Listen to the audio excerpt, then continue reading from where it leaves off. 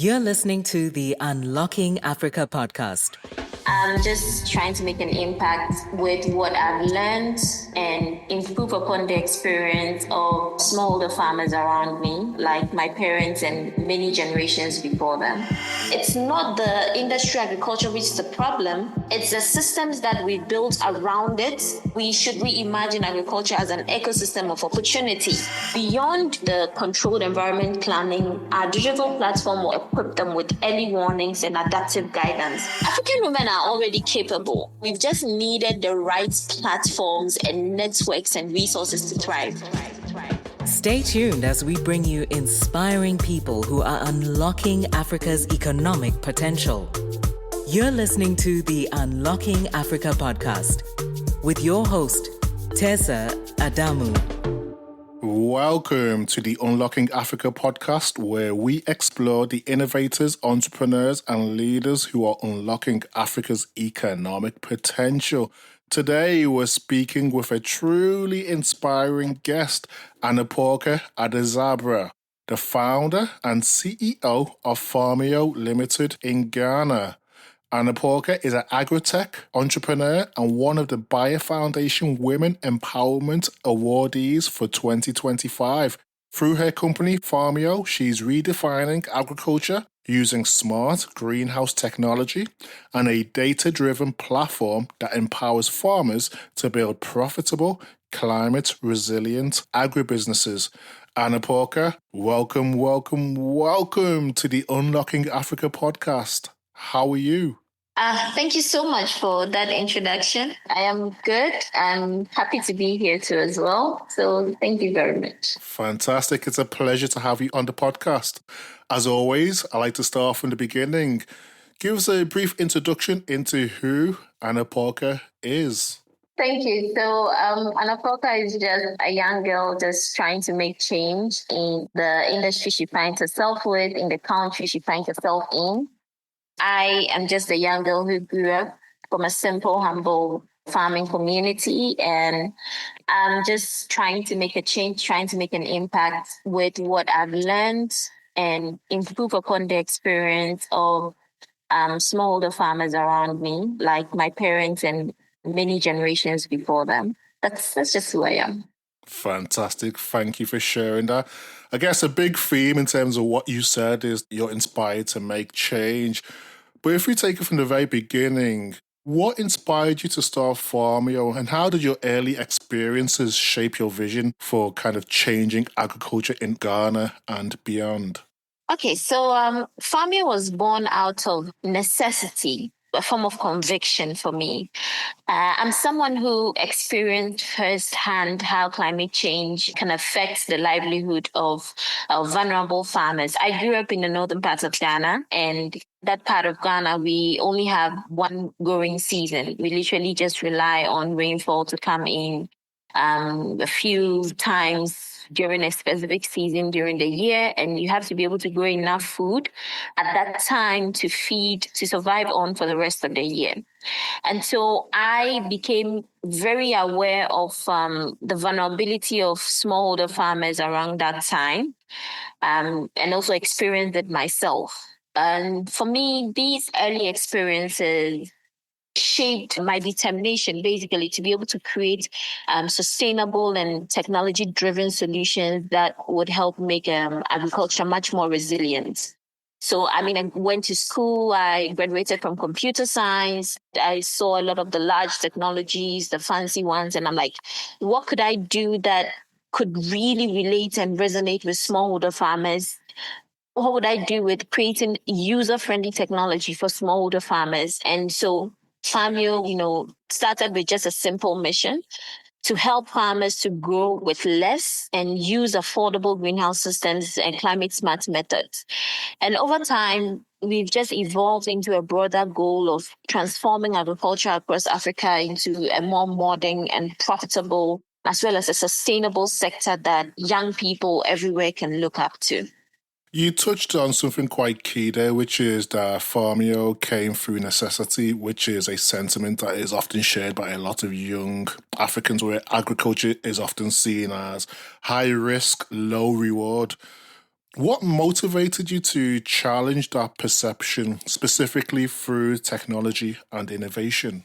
Actually, for me, I've always not seen agriculture as the problem. I've always believed that it's the systems around agriculture that are broken, that are difficult. For many young Africans, agriculture basically represents struggle, difficulty, uncertainty, poverty, because they've watched their parents, their grandparents work tirelessly with little return and no access to credit and unpredictable weather conditions. And it's because they see this lack of structure and this limited use of technology that makes it seem like agriculture is unattractive and high risk. And so for me, basically was to change the narrative and prove that it's not the industry agriculture which is the problem. It's the systems that we built around it that needs to be better. We should actually reimagine agriculture as an ecosystem of opportunity powered by technology, innovation, and knowledge. And with us, we integrate greenhouse technology to help farmers grow high value crops all year round, conserving their water, reducing their losses, and not being affected by these unpredictable weather conditions. And so for us, it's more of how could we change the system around the industry? Because the industry in itself is not the problem. There are so many economies around the world that are surviving, that are having agriculture contribute significantly to their GDP. So what could we do that would change the narrative for Ghana and for Africa? So that's what I've always believed it is. Agriculture itself isn't the problem. It's the system around it that we need to change, we need to work on. I like what you mentioned about the systems around agriculture. We know that Africa, specific markets such as Ghana, the agritech ecosystem has been gaining attention in recent years. So how has that environment and the growing ecosystem around agritech influenced your journey as an entrepreneur? So for me, the agritech ecosystem is still growing in Ghana, and it's actually also been, a huge catalyst for me in my entrepreneurial journey. Over the years, I've seen how collaboration between hubs, innovation hubs, development partners, and private sector players can actually help create an enabling environment for young entrepreneurs like myself to thrive in. I would mention the Bayer Foundation, award as an example, where we working with Impact Hub Accra, which is an innovation and development hub, and we're working with development partners like Bayer Foundation, and all of the private sector players they also work with. This ecosystem that it essentially creates, it's actually really supportive, and you can help connect with like-minded entrepreneurs and actually gain, valuable visibility over both locally and internationally. And so for me, I've always believed that the agritech ecosystem is still growing. But so far, with the support of partners that we've seen in the space, it's actually inspiring and supporting entrepreneurs like myself. What I've also seen is that, look, innovation will flourish where there is collaboration and shared purpose. And when you have an ecosystem where you have the private sector, you have development partners, you have innovation hubs working together like what Bayer is doing now, you can see that it really opens the doors for entrepreneurs and improves upon what we can offer and how our products can change and transform entire industries. And that's what I see happening here in the agritech ecosystem. It's clear that your vision for Farmio is as much about people as it is about technology. So if we look at the innovation and technology behind what you do, we know that Farmio combines engineering and agricultural science through smart greenhouses. So can you explain how your model works and what makes it unique across Africa's agricultural landscape? Okay, great. We're getting into the nitty-gritty, but I'll try and simplify it as quickly as possible. Now, our system is actually centered around modular greenhouse systems that we will engineer using locally sourced and recycled materials. So for the main structural components of our greenhouses, we either work with metal frames that are fabricated from recycled metal by our own local artisans. Then we also have our wood or bamboo frames that, fabricate from wood and bamboo. Then we go to the growing media where we are repurposing coconut husk into cocoa peat substrates that ensures that we are growing food regardless of the state of the soil in whichever community we are setting up a greenhouse in. Then we also go to how we are promoting circular economy principles. We are integrating drip irrigation into our structures and recycling water through the system, ensuring that, we are efficient, we are conserving water, and we're also protecting our crops from pests and diseases. Now, all of this, goes to the bottom line, improving upon the production cycle of our smallholder farmers. So we're able to allow all year round production, regardless of the weather conditions. And for many of our smallholder farmers that depended entirely on rainfall, this means that they have stability, they have predictability, and they can actually earn higher income at the end of the season. But what actually sets us apart is that we don't just stop at building the structures. We're actually building systems around our productions, around our smallholders. So they get a chance to experience agronomic training, they get market access support. Through our digital platforms, they're receiving guidance and can access analytics on crop performance and can directly connect with buyers and suppliers. And for us, this end-to-end approach is crucial to helping our farmers to not just grow more food, but also build sustainable businesses around their day-to-day farming activities. So we essentially transform agriculture from subsistence to some form of sophistication that proves that when we apply technology thoughtfully, when we apply it to the grassroots and make user-friendly technologies, we can make agriculture profitable and climate resilient across the continent.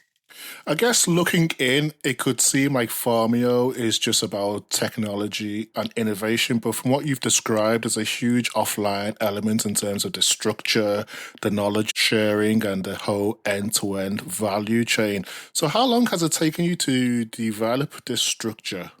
Oh, it's taken at least 3 years to, refine it, tweak all the moving parts. And we've learned over the years. I had this idea somewhere in 2019. We started iterating. We hit the market running somewhere in 2021. And we've just been improving upon the system over the year till now.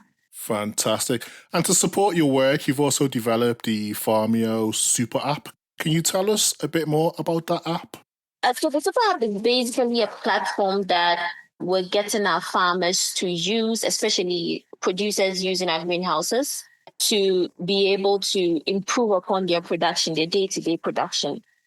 They get the chance to track their growing schedules. So production schedules are given to them at the beginning of every growing season. They are accessing real-time data on weather, forecasts, soil health, on pests and diseases, and they're getting agronomic practices that we tailor to their location and to their crops. Because we know that our farmers would have limited digital literacy or access to smartphones, we've also developed a USSD version that works on any basic mobile phone, ensuring that there's inclusivity. So it's some sort of one-stop digital ecosystem that would bring together everything a farmer needs, from information, resources, access to input, access to agronomy, to training, to market access, which is one of the biggest headaches when you're a smallholder. We also host sort of a learning and advisory model that ensures our farmers can access digital training content and directly interact with experts.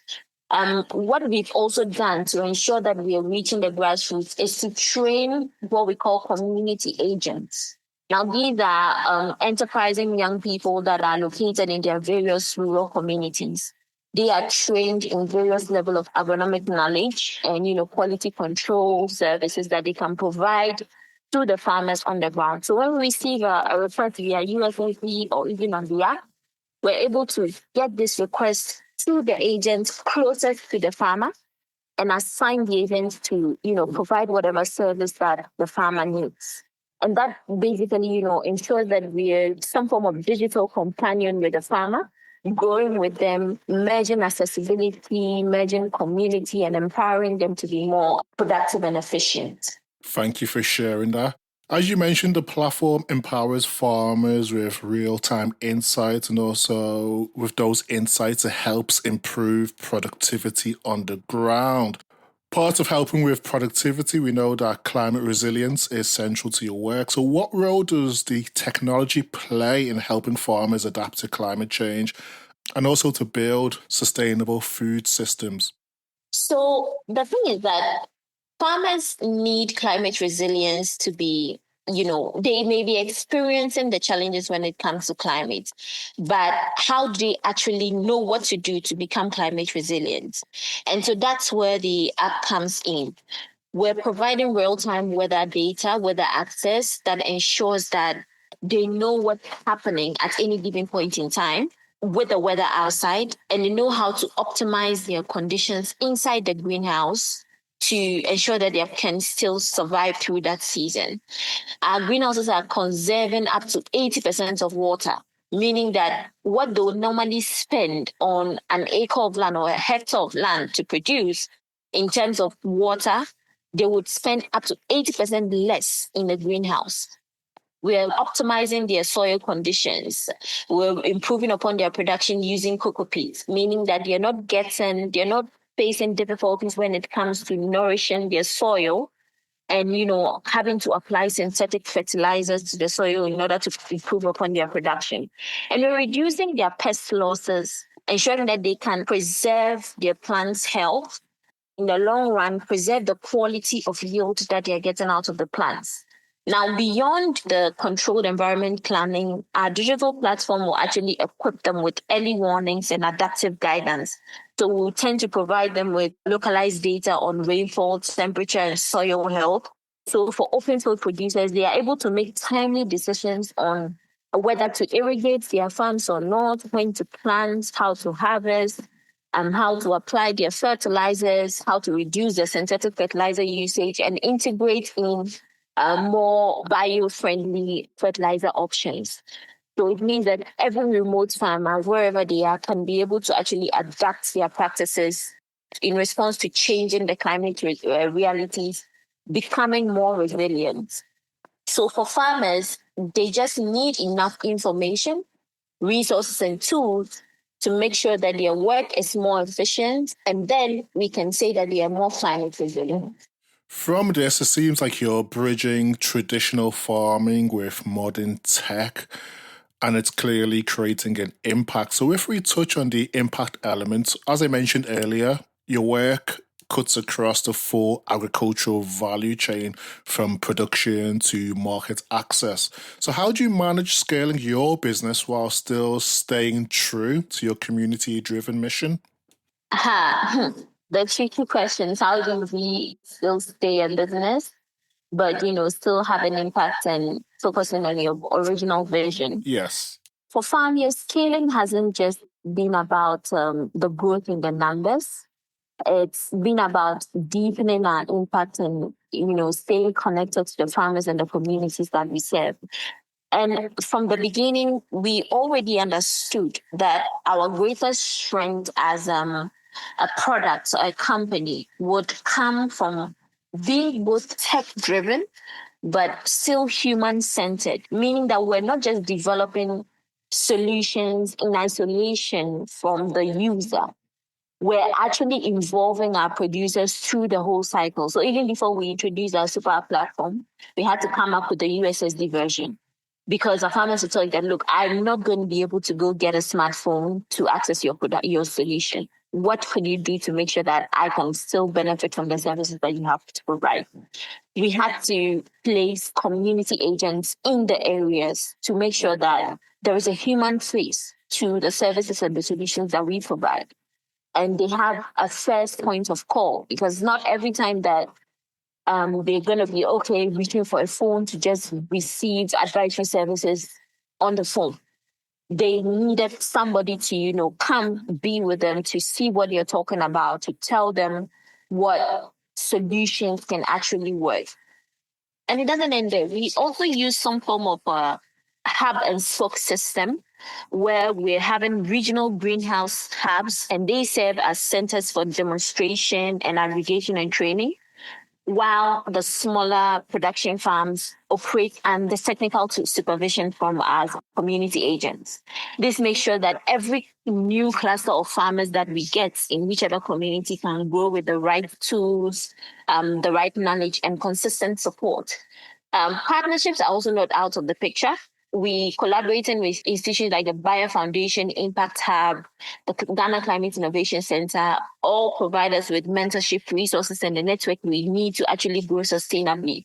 So we're not just building or going after the numbers of how many farmers are using our platform, but how many farmers are using our platform and actually improving upon their production, and how does it improve upon their impact, and how does it improve upon their quality of life, how does it affect their family as a whole. So all of those numbers mean something to us, in our scaling journey, and we try to build our products to fit that kind of need that our smallholders will have at any given point in time. Thank you.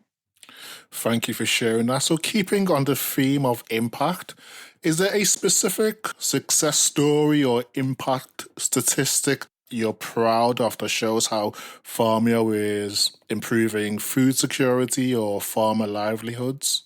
Oh, yes, quite a few. Sometime last year, we briefly decided to do an impact due diligence. We had a team called 60 Decibels, randomly select a group of farmers to speak to, and sort of anonymously on what they actually thought of our product and how it really impacted them. And one of the groups of women farmers they spoke to, they joined our program in 2023.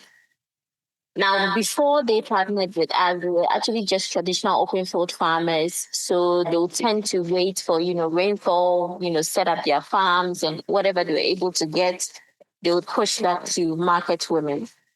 But when we first introduced, our lead agronomist actually first got them signed on.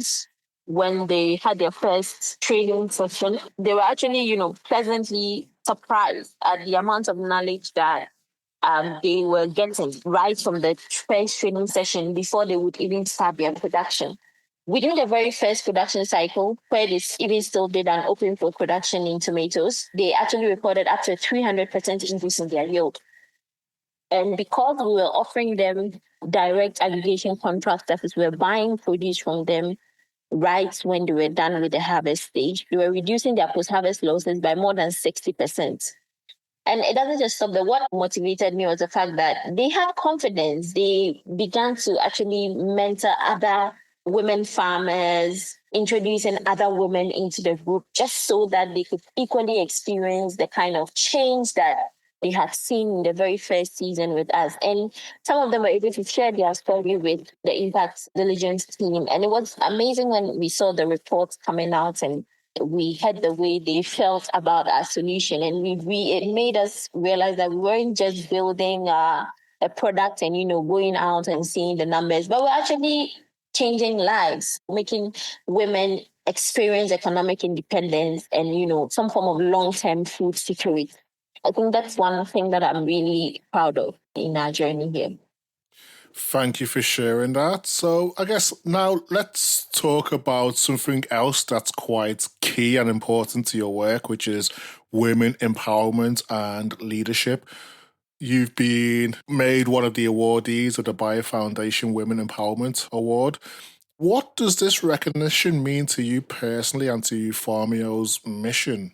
I actually applied previously to the program twice, mainly because I had seen the ecosystem the Bayer Foundation, create around different women empowerment awardees. And it was very important for me, to have that partnership or that opportunity with partners that understand the journey around being a woman and, building a business that was more of an impact and not just profit. So it went beyond visibility. It actually validated our mission to make climate smart agriculture accessible to everybody, especially women and youth. We are benefiting from mentorship as well right now, where we are participating in the mentorship program with a local hub right here, the Impact Hub Foundation. We're benefiting from the opportunity to grow, not just in profits, but in ensuring that our impact actually makes sense on the ground. And we're actually creating pathways for other women, other female entrepreneurs. And for me, this achievement just motivates me to continue to lift other women who are building, innovating, and, actually challenging the norms when it comes to agriculture, technology, and engineering, like where I am. So it's really contributed to my growth as a leader. And every experience, every mentorship session, every interview like this just validates what I have already been through up until this point and tells me to keep doing what I'm doing and do it better because it's changing lives all around them. As a woman leading in the agritech space, what specific challenges would you say you've faced so far, and how have you turned those challenges into opportunities? The journey has never been easy.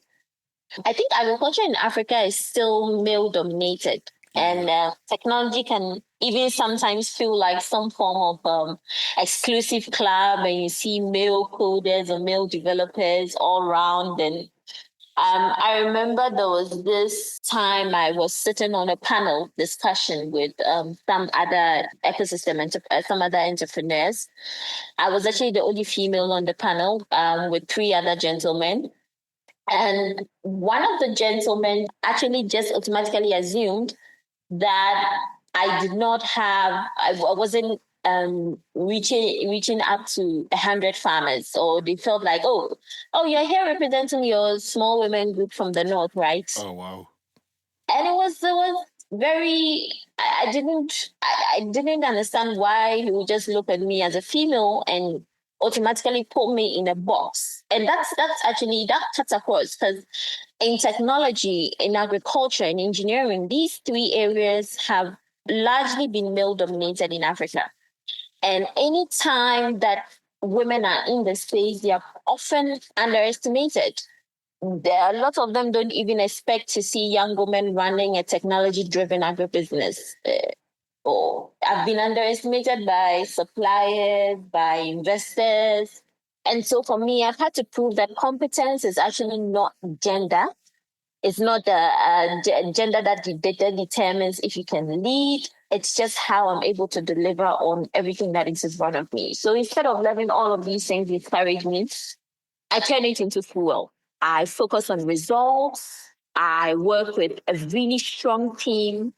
I've allowed the impact of our work to speak louder than doubt. And every single time a farmer yields increases, or a young woman is able to come up and say, look, I've changed how they do their production, it validates why I began this journey. And for me, I feel young women should take up space in the sectors where we are underrepresented, should create visibility and open doors for other women. And so that our experiences are not just there, but actually a reminder that leadership is about purpose, is about persistence, and, using our platforms to uplift other women.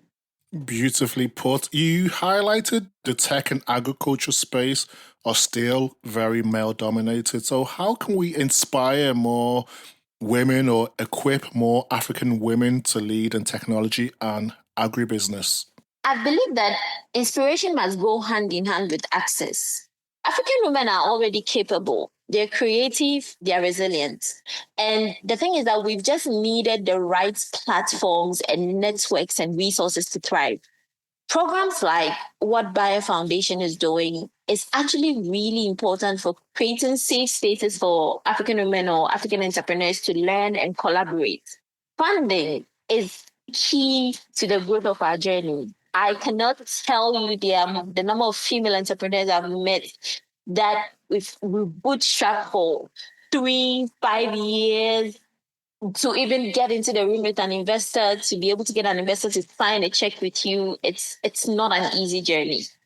I think that there has to be more access. There has to be more investment. These opportunities in directly engaging with young African entrepreneurs to help them lead in technology, to lead in whatever industries that they are in.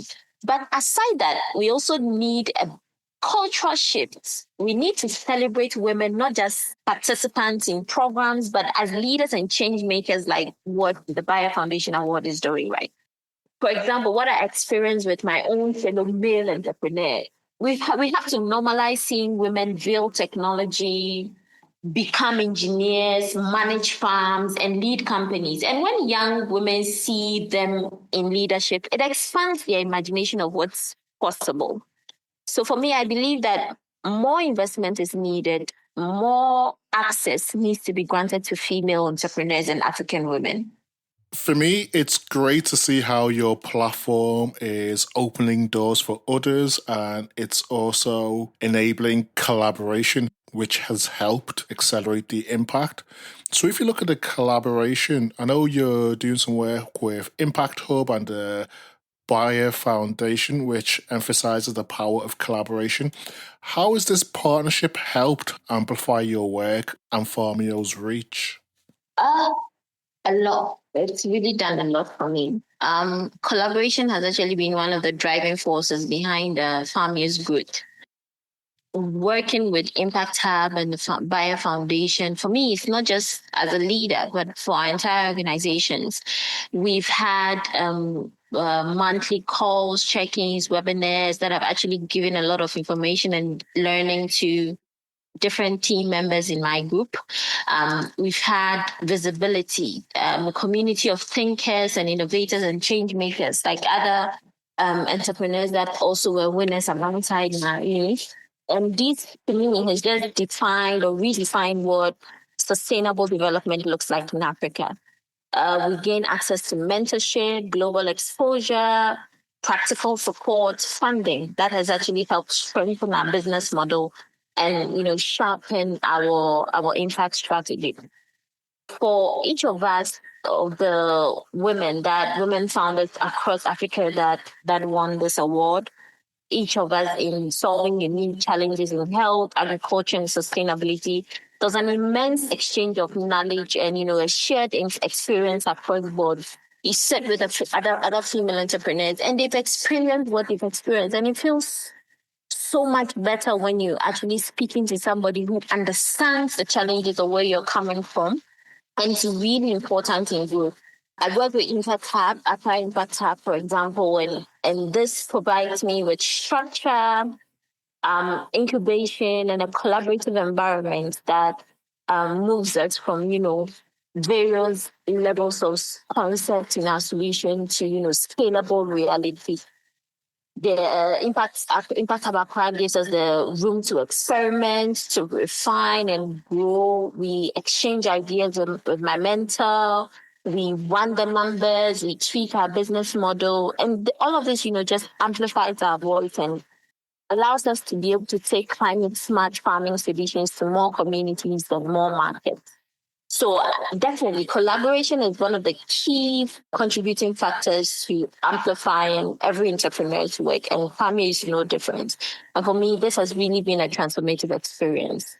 You touched on some key benefits of the award.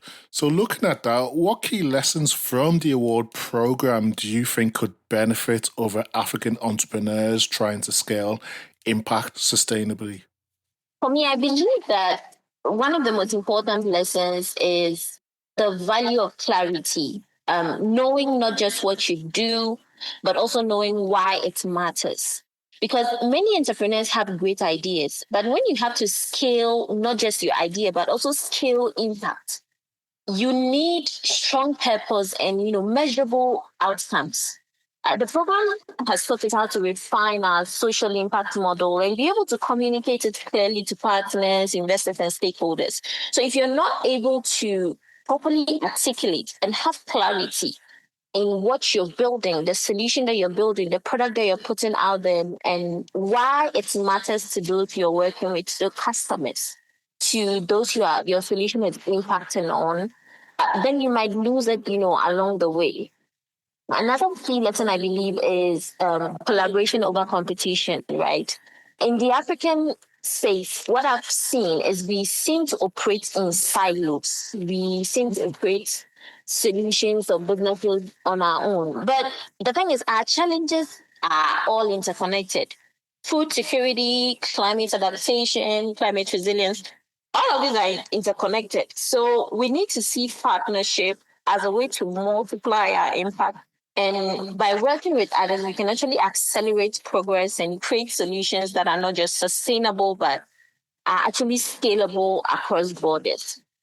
The other thing I believe is also really important is, being able to tell your story and share your journey authentically, right? You need to be able to build trust within your team, within other collaborators. And you should have the power of storytelling because impact will grow when you communicate it with honesty and with heart. So how do you make sure you do that? It reinforces your power of storytelling. Tell the story the right way. Tell the story how it goes, and so that you can attract the right collaborators who believe in your vision and can actually work with you and support you. And those are the lessons I believe, the Women Empowerment Award has taught me.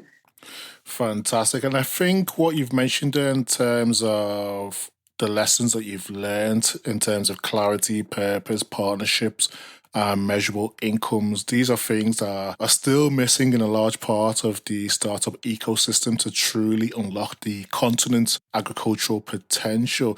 So if you look forward at that potential and how to unlock that potential, how do you see agritech contributing to Africa's economic transformation in the coming decades?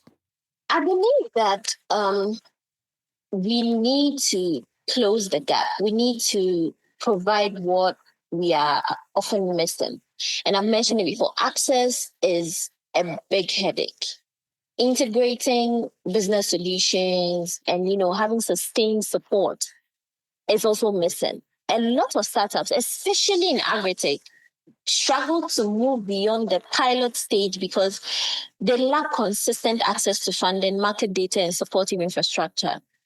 I'll use Farmio as an example. We were literally profitable from year 2, but we had to bootstrap through the year up until we were about in year 4 before we could actually get any form of funding. And it's not been easy, down the line because you're compared to a purely tech company, and it's almost like what investment that exists does not really factor into the picture that your solution is different and you integrate a certain element of agriculture, which wouldn't always work the way a tech company works. We also need stronger linkages between innovation hubs and government investment industries to help us create a good pipeline that can scale startups beyond the local markets. I believe that we need to do a lot when it comes to also put in more patient capital that understands that agribusiness and startups need to grow sustainably and don't just need to chase quick returns. We're celebrating the next big fundraise, but are we celebrating the next big company that is breaking even or the next big company that is profitable? And I believe that we need to do that to be able to unlock the true agricultural potential that Africa's startup ecosystem has. We just need to close these gaps. We need more patient capital. We need access. We need sustained support. And we need to integrate our business solutions so that these things can change for the narrative. You touched on some key areas such as capital and some policy elements to unlock that potential. If we look at the agricultural potential, what mindset shift do you think needs to happen among farmers, consumers to enable us to unlock that potential? I think we need to shift from survival to strategy. I've said before that I believe that it's not the fact that agriculture is the problem, it's the systems around agriculture that's the problem. For too long, agriculture has been seen as the last resort. Or when you have nothing else to do, go to your village and farm. It's actually a statement. Or if I don't have anything else to do, I'll go to my village and farm. When it can actually be a strategic career path or a business opportunity, there are multi-generational farming families in so many parts of the world that have made it into a multi-billion dollar business.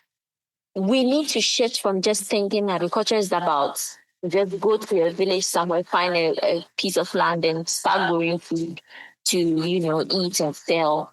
But we need to change it to strategy. How do we see agriculture as an enterprise or farming as an enterprise? How do we make sure it's a big part of our economic identity? So being a farmer, sometimes when I'm filling forms, I write, oh, I'm a farmer. Like, what do you mean? I'm like, yeah, I'm a farmer. That's what I do. Because they ask me your job, because I'm a farmer. Because I don't know what else or why it's bad for me to be a farmer.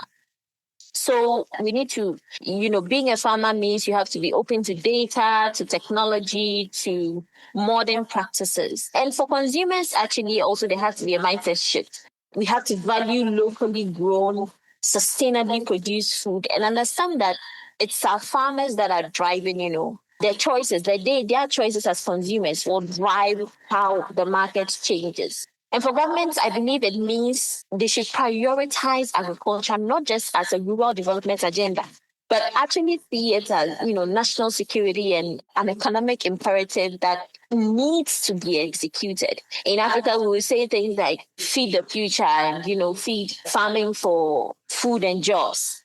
We need it to mean something economic, something that changes how we make money. And we need to actually invest in it properly. It shouldn't just be an afterthought. And I think at the heart of our mindset shift is also belief, right? We need to believe that Africa can feed itself. We cannot be the continent with the largest amount of arable land and still be the largest consumers of imported, food. We have to think that our farmers can be global suppliers and believe that entrepreneurs can build world-class agricultural technologies. And once we change how we think about agriculture, whether an entrepreneur changes how to think about agriculture, whether a consumer changes how to think about agriculture, whether a government official or a president changes how we think about agriculture, once individually we change how we think about agriculture, then areas like policy, investment, and innovation will just follow naturally because we are the people that execute policy, that undertake investments, and that come up with innovations. So if we ourselves change how we think about agriculture, then it just means that everything else would, take the flow and equally shift and unlock Africa's agricultural potential properly. So I believe agritech will give us the tools to not just cultivate food, but to cultivate opportunity and prosperity for generations to come. So we should do that. We should change how we think about agriculture individually, and everything else follows naturally. Fantastic. You've shared your vision for the future in terms of agriculture, food security in Africa, and what it will look like over the next maybe 5 to 10 years. If we look closer to home, how do you envision Farmio's role evolving in the next 5 to 10 years, as Africa pushes forward for greater food independence and sustainability? For Farmio, I see Farmio evolving into a Pan-African leader in climate-smart agriculture. A leader that can effectively combine technology, training, and market access for us to be able to build self-sufficient food systems. Our focus will definitely remain on empowering farmers, but our reach ultimately is to go beyond Ghana into other parts of sub-Saharan Africa where such similar challenges and opportunities exist. We plan to develop regional greenhouse hubs, expand our USSD and mobile platforms, and introduce new features that integrate IoT for precision agriculture. We're also looking at deepening our partnerships with government and investors and development organizations so that we can create a more sustainable ecosystem where our farmers can thrive. I think ultimately for Farmio, I envision that we become some form of catalyst for food independence in Africa. And we're not just a company that feeds people, but we also empower communities and create jobs and inspire a whole new generation of agripreneurs. And we have to show the whole world that Africa doesn't just have to import solutions, but we can actually build them right here with our own resources and resilience. And that's why I see Farmio being. We we are showing that we're building solutions right here in Africa and can make Africa have a much better narrative when it comes to climate smart agriculture. Quote of the week. As people, we often have quotes, mantras, African proverbs, or affirmations that keep us going when times are challenging or when times are good. Do you have one that you can share with us today? Oh, loads. Brilliant.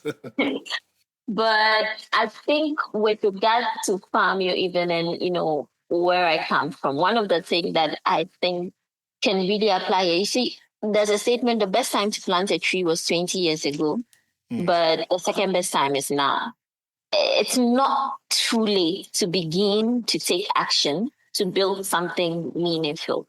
And for me, my journey has definitely been full of challenges, but every setback for me has always been some form of seed for growth. And we need to keep being grounded in purpose and remind that progress, no matter how small, no matter how tiny it may seem, no matter how small the win is, will always matter when you're on such a journey. And for me, I also have a personal mantra. We say a good name is better than riches in Africa. That's what we say. And you translate that into my industry into saying impact first, growth will follow. When people's lives change, then they will grow the way their life have changed. So if you're changing lives, negatively, then you have, that form of negative growth. But if you're changing lives positively, if you're impacting first, then growth will follow the impact as it comes. And so it guides everything that my team and I do at Farmio, because when we change lives, success will become inevitable. So I think everyone out there should aim to leave the world a little better than what you found, leave it a little better than you found it, and empower others to actually also do the same. And definitely growth will follow. No matter how small, it always matters. Anaporka, thank you for sharing your story, vision with us today. Your work with Farmio is a brilliant example of how innovation, inclusion, and purpose can drive Africa's growth. So until next time, keep innovating, keep building, and keep unlocking that potential that we always talk about. It has been an absolute pleasure to have you on the podcast. Thank you so much for the opportunity, and I'm glad to have had this with you to talk about everything Farmio is doing, and I definitely hope that my work changed someone's lives out there. Thank you. Thank you to everyone who has listened and stayed tuned to the podcast. If you've enjoyed this episode, please subscribe, share, or tell a friend about it. You can also rate, review us in Apple Podcasts or wherever you download your podcast. Thank you, and see you next week for the Unlocking Africa podcast.